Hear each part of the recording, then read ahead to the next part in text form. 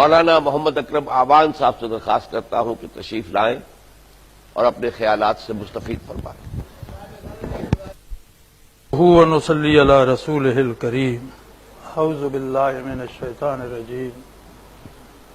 بسم اللہ الرحمن الرحیم۔ لائق صد احترام جناب ڈاکٹر صاحب، حضرات علماء کرام، رہنمایان قوم، برادران اسلام، حاضرین محفل، السلام علیکم ورحمۃ اللہ۔ میری گزارش یہ ہے کہ میں راولپنڈی کے پہلے جلسے میں اپنا حق ادا کر چکا ہوں اور جو کچھ میری ناقص عقل میں آیا میں نے عرض کر دیا۔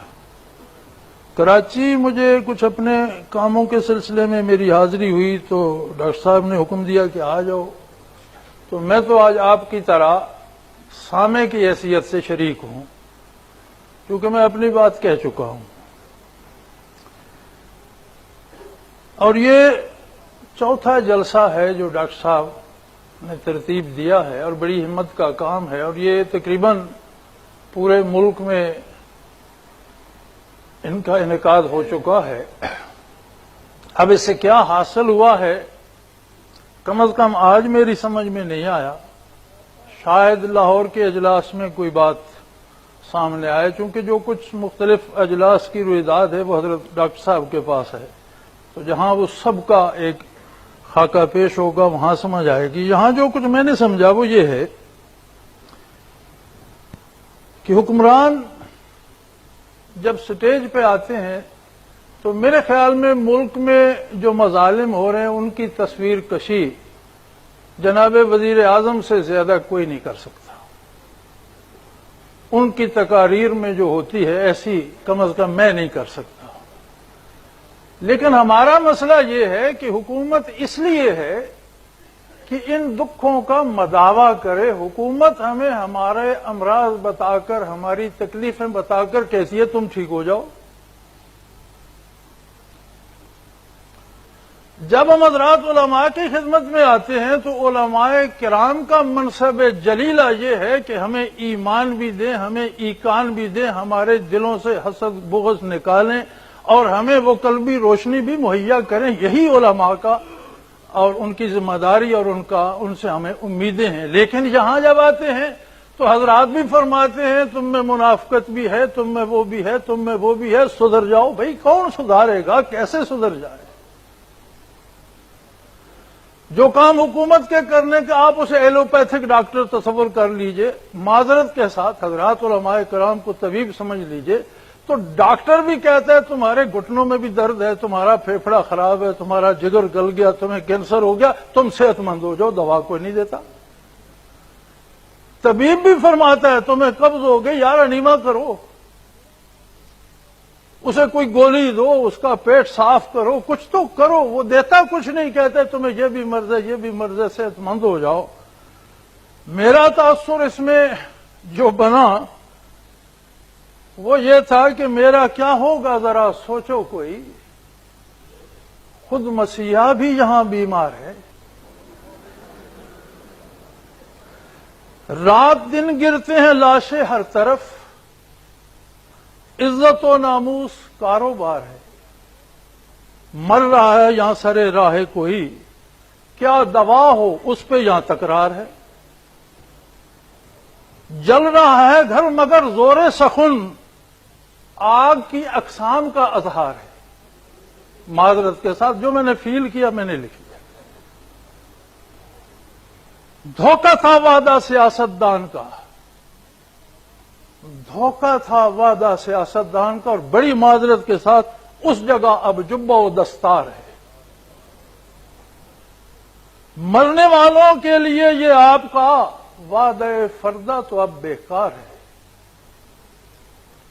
کر سکو تو اہل دانش کچھ کرو، قوم تقریروں سے اب بیزار ہے، ایک دوا سیماب کی نظروں میں ہے، قوت بازو یہاں درکار ہے۔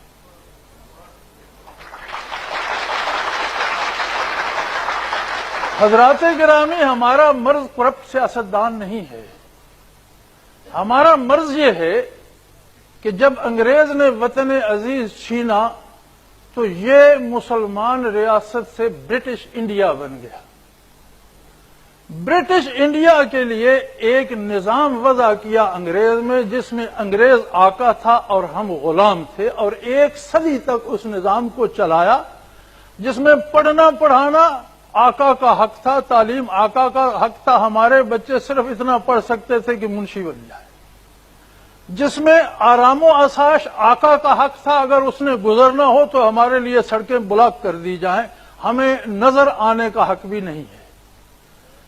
جس میں حصول فوائد ثمرات آقا کے حق تھے، اور مزدوری عام آدمی کی، وہ معاشی نظام تھا، سودی نظام، جو محنت و مشقت عام آدمی کے حصے میں ڈالتا ہے اور اس کا پھل جو ہے وہ آقا کو دیتا ہے. ہمارا مسئلہ میری نظر میں یہ ہے کہ انگریز تو چلا گیا، لیکن گزشتہ نصف صدی سے وہی برٹش انڈیا کا سسٹم یہاں چل رہا ہے. گورا صاحب کی جگہ کالا صاحب نے لے لی.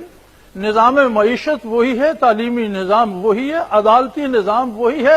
حتیٰ کہ حیرت ہوتی ہے اس ملک میں، ایک آدمی کو عدالت سزائے موت دے دیتی ہے. زیر دفعہ تعزیرات 302 تعزیرات پاکستان مجریہ 1837. بھائی آپ کو خدا کا خوف، مرنے والے سے تو جھوٹ نہ بولو. یعنی وہی جو کالونیل سسٹم یا غلامانہ نظام تھا. اگلے دن مارک ٹلی کا انٹرویو آ رہا تھا ٹیلی ویژن پر، جو اس نے ہندوستان میں دیا. آپ انگریز کی بات سنیے.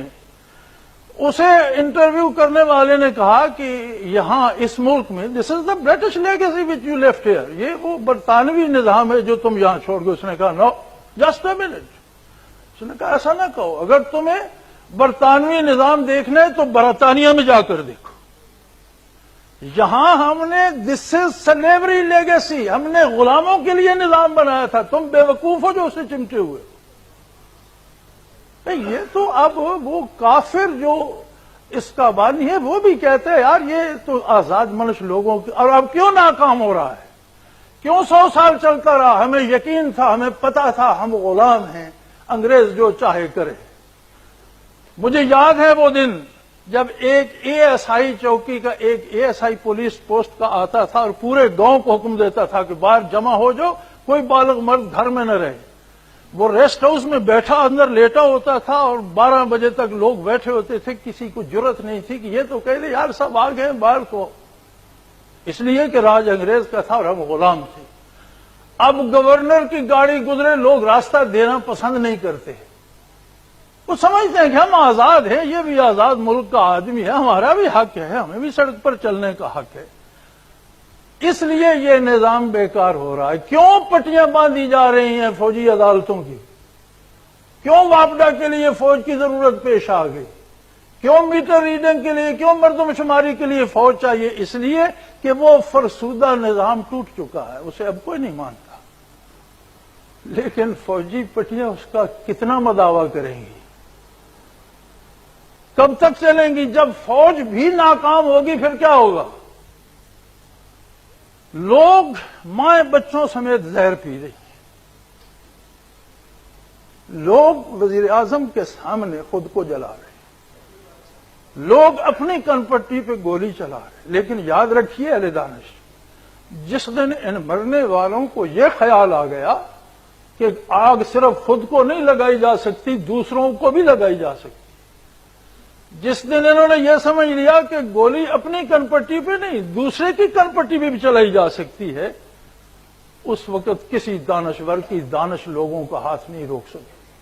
خدا کے لیے ان لوگوں میں خانہ جنگی میں مبتلا ہونے سے پہلے بچا لیجیے. آپ خانہ جنگی کی اس حد پہ کھڑے ہیں کہ مارنے والا جس میں کمی نہیں کر رہا، مرنے والا خاموشی سے مر رہا. جس دن مرنے والوں نے بھی ہتھیار اٹھا لیے پھر شاید کسی کی بات بھی کارگر نہ ہو اور حالات سب کے اختیار سے نکل جائیں، اور خدا معلوم وہ لڑکتے لڑکتے کہاں پہنچے. آج جو امریکہ اتنی بڑی ریاست ہے یہ بھی 200 سالہ خانہ جنگی سے نکل کر آئی ہے. میں تو یہ اللہ سے دعا کرتا ہوں کہ اس قوم کو خانہ جنگی کے عذاب سے بچائے.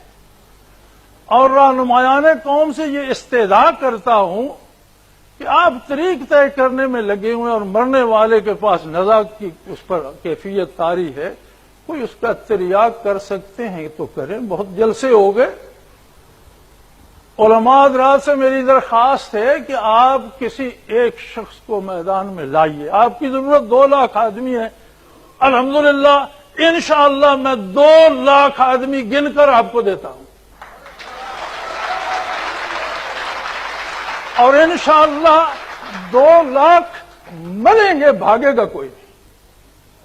ہمیں کوئی راستہ تو بتائے، کوئی طریقہ کار تو بتائے، کوئی میدان میں آگے تو لگے۔ اور میں گستاخی کی معافی چاہتا ہوں، ہم ان پڑھ قسم کے لوگ ہیں، اگر آپ آگے نہیں لگیں گے تو اگر ہم لگ گئے تو پھر بہت سی مشکلات پیدا ہوں۔ یہ میں حکمرانوں سے بھی عرض کرتا ہوں، وہ بھی اس بات کو سمجھنے کی کوشش کریں کہ جب عدالتیں ان پڑھوں کی ہوگی، نہ کسی کی سفارش چلے گی، نہ کوئی رشوت مانگے گا، اور نہ کسی کی بڑا ڈیل ڈول اسے اس کی گرفت سے بچا سکے گا، پھر انشاءاللہ عدل ہوگا، انصاف ہوگا، مظلوم کی داد رسی ہوگی اور بڑے بڑے ظالموں کی گردنیں جھکا دی جائیں گی۔ اچھی بات ہے کہ معاملات ان پڑھوں کے ہاتھوں میں جانے سے پہلے اہل دانش انہیں کنٹرول کر لیں۔ ہم آپ سے عہدہ نہیں مانگتے، ہم آپ کے سپاہی ہیں، ہم آپ کے پیچھے چلتے کو تیار ہیں۔ میری باتوں میں کچھ تلخی ہے، مجھے پتا ہے، کیونکہ جو کچھ میں نے محسوس کیا ہے وہ بڑا تلخ ہے۔ اس تلخی کے لیے میں معذرت چاہتا ہوں، لیکن میں تلخی کو چھپانا بھی منافقت سمجھتا ہوں۔ آپ حضرات کا بہت شکریہ، اور جناب ڈاکٹر صاحب آپ کا بہت بہت شکریہ، جزاک اللہ احسن الجزا۔